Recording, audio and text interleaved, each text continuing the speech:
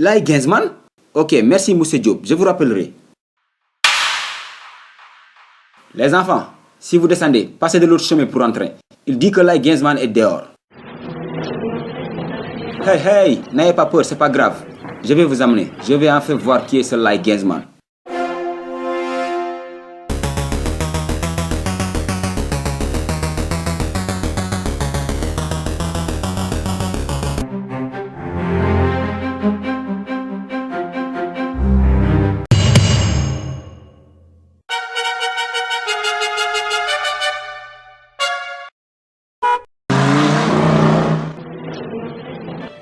Les enfants, gis nga Lai Gainsman bi ngeen di gis son vrai nom c'est Abdoulaye Mbaye ñoo bokkoon classe man ak moom.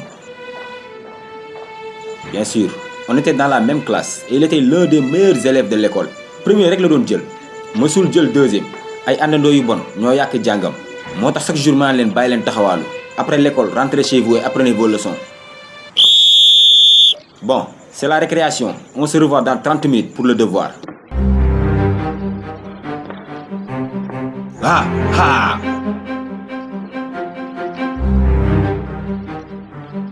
Sénégalais lu tax do dëgg lu yoonam nekk moo ma jaaxal man chaque jour ngeen topp ma bàyyil tox te ngeen am loo leen war a lijjanti te waxoo leen ko. Yéen a ngi noonu jël ay milliards dugal ko ci inondation bi te ba léegi dara tous nada. Waxuma la taw waaye bu wisee sax Dakar patosé nit yi paccax-paccaxi xale yi arbis mag ñi kosa waaye wax leen ci loolu te ngeen bàyyi maag sama yamba.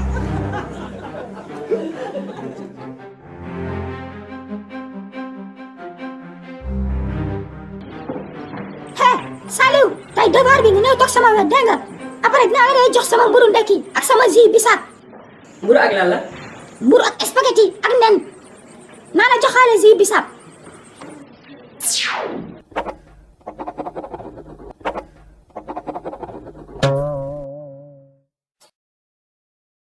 hey Saliou doo pousse sa loxo ma xool.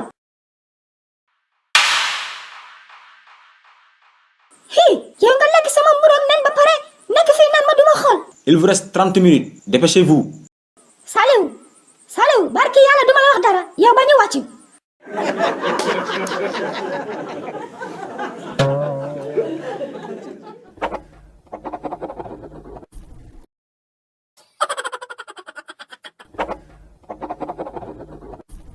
Il vous reste 10 minutes.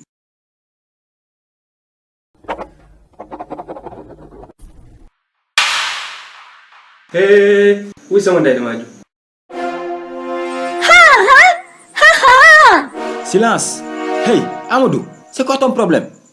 Monsieur, Matar nee na dafa juum. Yow lu ci sa yoon? Monsieur, Matar nee na dafa juum te su juumee man tamit dama juum. Monsieur.